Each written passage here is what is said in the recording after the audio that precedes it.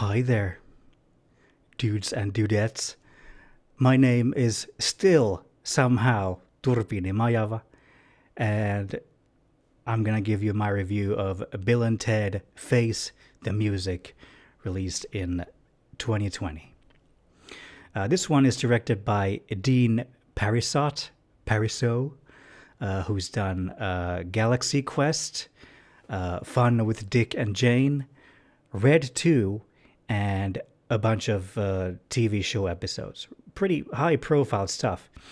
And of course, Chris Matheson and Ed Solomon return once again as the inseparable Bill and Ted writing duo.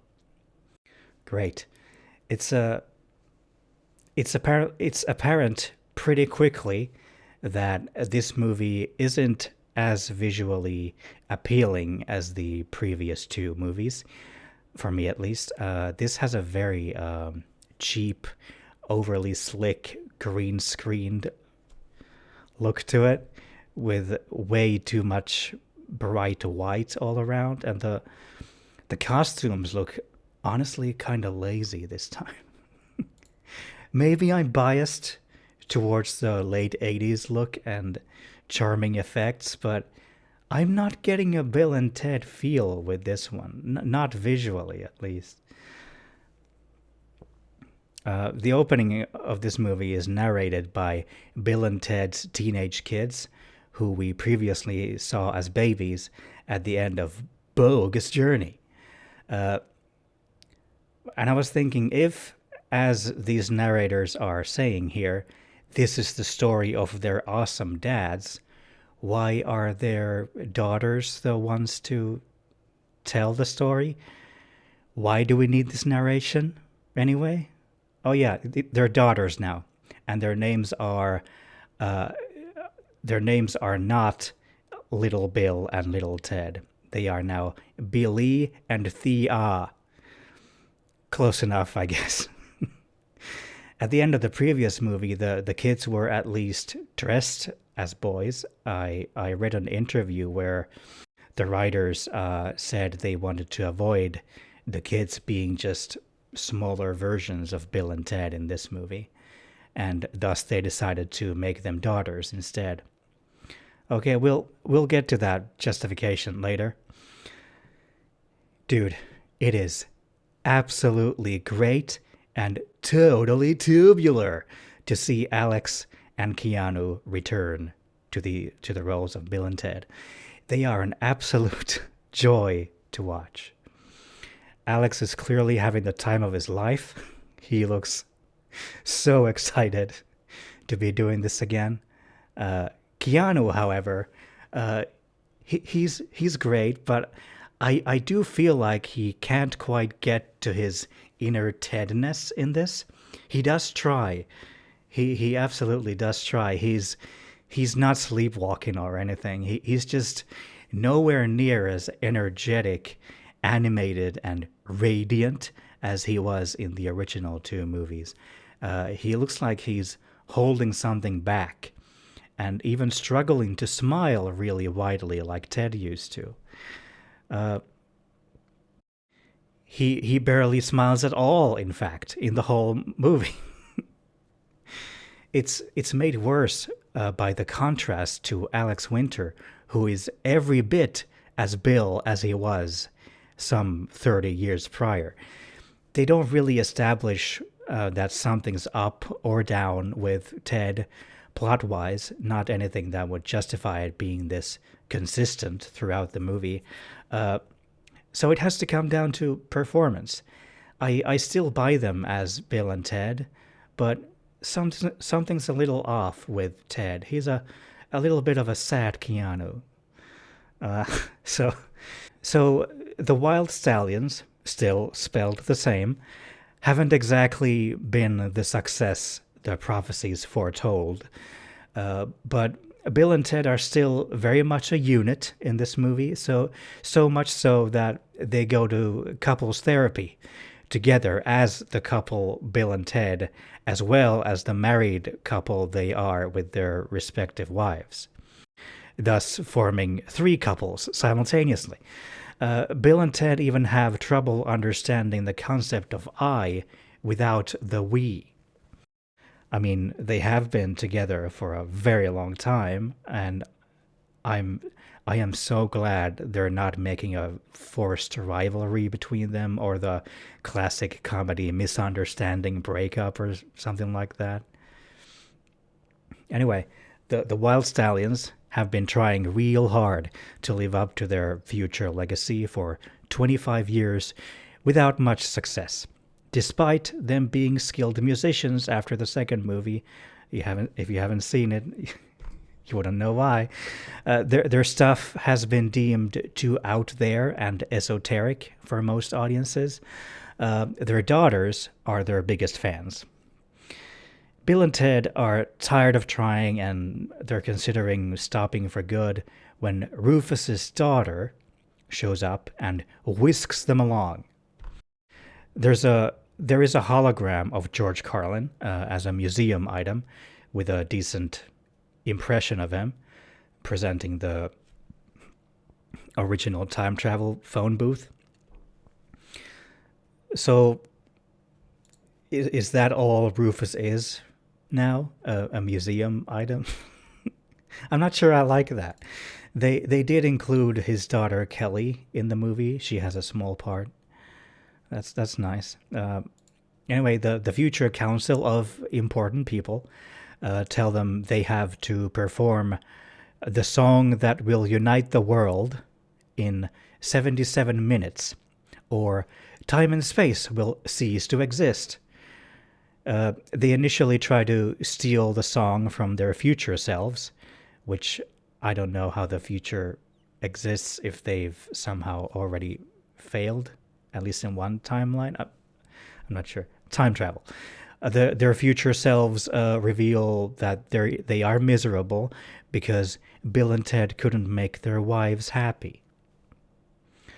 Okay, so Bill and Ted's daughters go on their own time travel adventure to get help from famous musicians.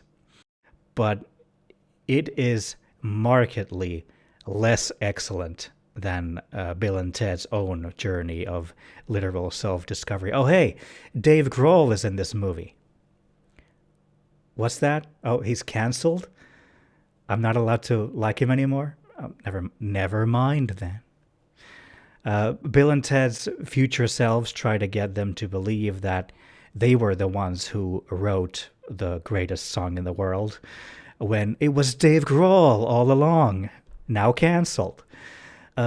Bill and Ted's interactions with their future selves are among the best parts of this movie, and some of it is even heartfelt and actually pretty sweet. Nicely done. Anyway, a killer robot is sent after Bill and Ted. Doesn't that sound familiar? But the robot ends up killing their daughters and the musicians they gathered, as well as itself by accident, and they all go to hell. You know what this means? This means we get more William Sadler as Death. He is still fantastic, as expected. I just wish he was in the movie much more than he is. So, at this point, I would like to express my more than slight dislike for Billy and Thea. Remember how the writers said they wanted to avoid them turning out to be just smaller versions of their dads, i.e. Little Bill and Little Ted? Well, they still are nothing more than imitations, although rather decent imitations of their dads. They are still very much Little Bill and Little Ted. Now, I like Samara Weaving. She was awesome in Ready or Not, but even she can't breathe much life into Thea's character here. I haven't seen Billy's actor in anything else, but I'll bet you she's had better roles and performances than this. These two are almost as non-entities as their moms, the princesses, because they are going through the motions of their own excellent adventure, of which their B plot is clearly just a repetition of. Of course, the daughters turn out to be the key to the best song in the universe, as they are the ones to write the thing. They do it by combining and rearranging things they like to listen to, making me think that's probably a commentary on the music industry and music making in general. After all, nothing is truly original. Everything's technically a remix of already existing things through being inspired by something prior, paying homage to it, or just blatantly stealing someone else's work, you know? whatever. Whatever works for you or gets you famous. The song's really generic, of course. They try justifying it by saying it's not the song that matters, it's that everyone plays it together. The universe fucking realigns itself, whatever. Uh, it does that rather abruptly, I might add. The credits started rolling, and that kind of surprised me, caught me off guard. We're ending right now, right here. Okay. It seems it seems they were in a real hurry to end the movie, just end it. Considering all the build up to that moment, it just seemed really weird.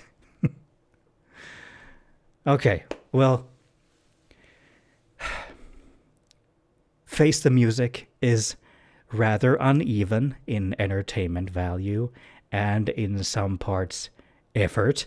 It's definitely the weakest Bill and Ted movie of the three, but I would still say it's at least worth seeing, if only for all the familiar faces involved. It doesn't stand on its own at all, so you'd better have seen both of the original movies.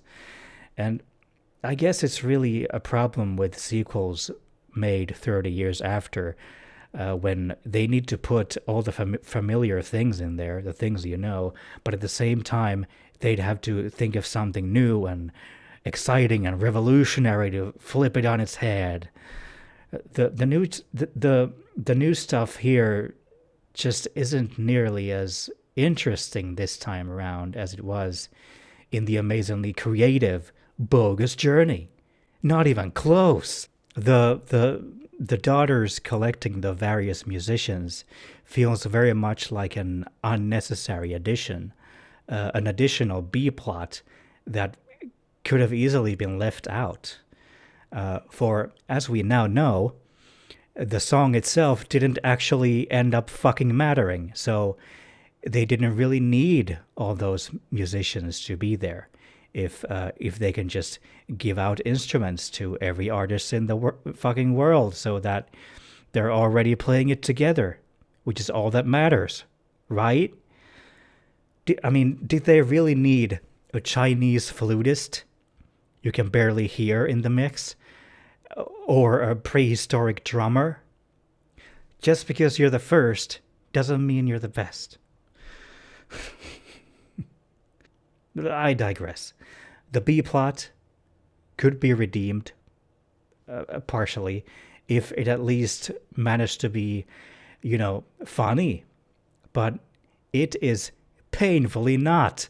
This results in the movie's ending feeling a little empty as well as rushed, as the small passing of the torch moment is both unwarranted, as they still clearly need Bill and Ted to play the lead guitars, and unwanted. Who asked for this? I guarantee you, fucking no one would be interested in watching a movie solely about Little Bill and Little Ted. That I'm still calling them that. I would never watch that. I came here to see Bill and Ted be Bill and Ted, and I got only a medium-sized helping of that, with a bit of a sad Keanu, along with a bunch of other shit I didn't want or indeed ask for. No, Bill and Ted, their future selves, and William Sadler's death were easily the most enjoyable things about this. They couldn't make any of the other stuff much at all interesting, which forces me to deliberate on giving this even an average score of a 5, as it was more than a little disappointing. As such, I am currently leaning towards a subpar 4 out of 10. It's a halfway decent attempt at a good Bill and Ted movie, but without actually reaching the halfway point of decentness. You know? It kind of makes me a sad Keanu too. So, okay, my final ranking of the Bill and Ted trilogy is as follows. Number 1, Bogus Journey, a very imaginative, exceedingly creative sequel, and my absolute favorite movie of the three, with a score of 7 out of 10. Number 2, Excellent Adventure, of course, the seminal movie, but it only reaches a sufficient level of uniqueness and excellence. So that's a 6 out of 10. Number 3, far below the first two. Face the Music, by far the worst one. It's great to see the actors and the writers come together again, but they could not make this live up to the originals much at all. Bill and Ted don't call each other fags anymore. It's ruined. It's absolutely ruined. 4 out of 10. Maybe I'll try the animated TV series next.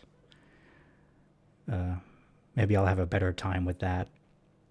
I am not watching the live action series from 1992. It looks terrible. Let me know what you would like me to review next. Brosefs and brosets. And remember to be excellent to someone or other. Goodbye.